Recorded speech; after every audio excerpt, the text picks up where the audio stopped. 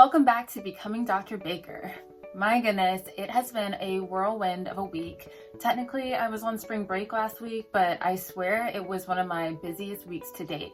Anyway, very excited to get back to it and here with another video on 5 things you should do once you get accepted to a PhD program. First of all, congratulations. No, seriously. You all have made it through an incredibly difficult application process, and this year doing it in a pandemic. If you're watching this in future years, there was a pandemic in 2020. It was really difficult. But anyways, congratulations to you all. This is a huge accomplishment, and I'm really proud. I'm really happy when people message me saying that they watched my videos and now they're accepted. It warms my heart, and I'm really excited for you all. So congratulations. Today, I'm going to do a really quick video on what are some things that you should do once you've accepted an offer. Now, if you haven't accepted an offer yet, these are still good things to keep in mind, but here we go. So this goes without saying, the first thing you should do is celebrate. Again, this is a tremendously hard application process. I know that it has seemed to last, forever. You start thinking about it for years, and then you finally have the chance to apply, getting your application materials together, yada, yada, yada, interviews, acceptances, rejections. It's difficult, it's long, and it's strenuous. So congratulations, celebrate. And celebrate however you like. If it's buying a whole bunch of gear for your program, that's how I celebrated. The first thing I did was go and buy a whole bunch of Columbia stuff because I was just so excited. And the next thing I did was actually take a trip to New York City. And that may or may not be feasible right now given COVID and restrictions. But if you can, I highly recommend it. Just celebrating, getting your gear and all of your paraphernalia, and realizing that you are now a PhD student. Tell your friends and your family, do your cute little Instagram and Facebook posts saying where you're going, wearing your t-shirt. That was one of the most exciting times, and I still get chills when I look back at that picture that I posted on Columbia's campus, because it all just sets in that this is real, like this is where I'm going. You're finally on your official journey to Dr. So-and-so. It's a very exciting time, and I just encourage you to bask in the excitement, to not hide it or feel like you need to hide it because of whatever reason. Like, fully accept that you now have an offer, that you're going somewhere. It's a huge deal and you deserve it. Number 2 is connect. Connect with everyone that you can that's going to be going to your same program or is in your university. You want to connect with people who may be in your cohort. I know that I stalked Grad Cafe and Twitter looking for who else was in my cohort. Also connect with your lab members, send an email to your faculty advisor or other faculty members in the department who you're looking forward to connecting with, just introducing yourself. It's not a necessary thing to do, but it definitely will make you feel like more of a PhD student and hopefully get you excited about going to your specific program. You may also want to connect with other graduate students in the area. I know that's what I did when I would go on Twitter or other social media. I would look specifically for people who had NYU or Stony Brook or Fordham in their bio, so I knew that they were going to be in the surrounding area because, well, at the time I thought I would be in New York City, so I wanted to connect with as many people as possible. Also, other graduate students who are in different departments or different schools even within your university. You can make connections all around, and I highly encourage you to do so while you have a little bit of downtime. The next thing you're going to want to do is research. And no, not your research population or topical area or methodology. None of that. Save all of that for the fall and the next 5 years, because trust me, you'll get enough of it. Right now, you may have more questions than answers about the program that you're going to be joining.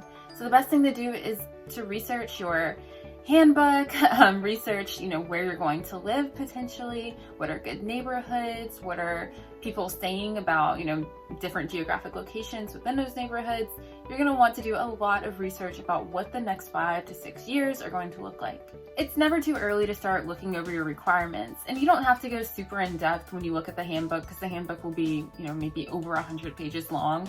Just look at some of the classes that you may want to take. Look at the things that you'll be learning. It'll help you get a little bit more acclimated with what's going to be expected of you as well. Again, you're going to have plenty of time for this, so don't stress yourself out about it.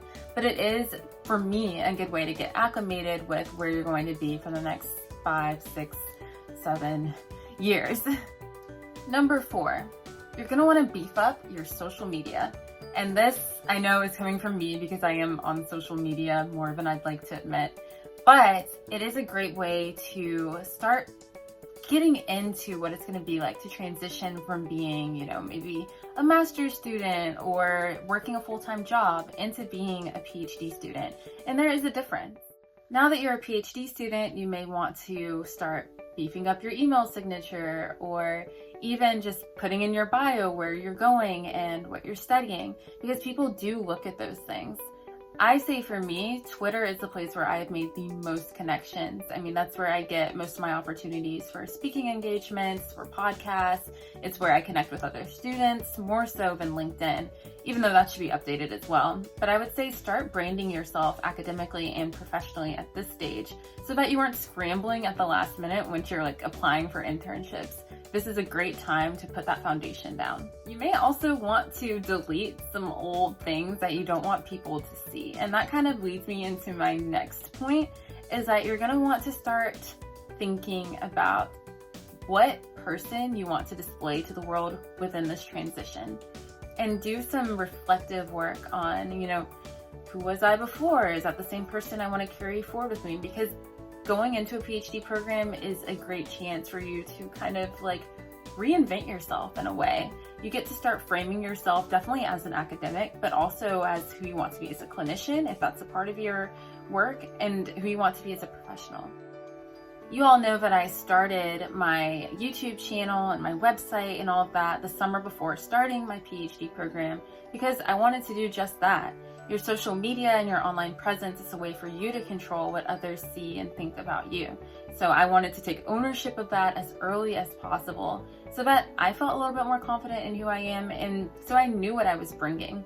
I was letting go of the fears that had really taken a hold of me during the application cycle, because it is such a place for imposter syndrome, imposter phenomenon to happen when you're applying and you don't know how others are going to perceive you.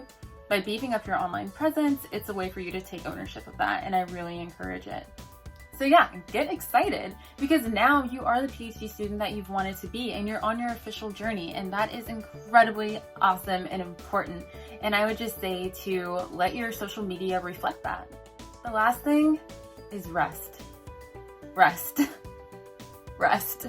I did not do any resting ever. I think I was working full-time in my undergraduate, and I remember I took 4 days off before starting my next full-time job, and I did that while I was applying for graduate schools, and it was super overwhelming. And then I told myself I was going to take off a month of work before starting my PhD program, and I didn't. I took off 5 days, and that was really just for me to buy supplies and get oriented with all that was going on in the world at the time during 2020 in the summer.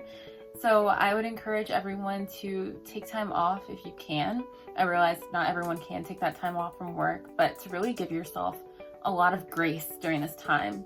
You have just gone through one of the most difficult processes in your academic career, is applying to these PhD programs and making, choices and decisions regarding your acceptances and your offers.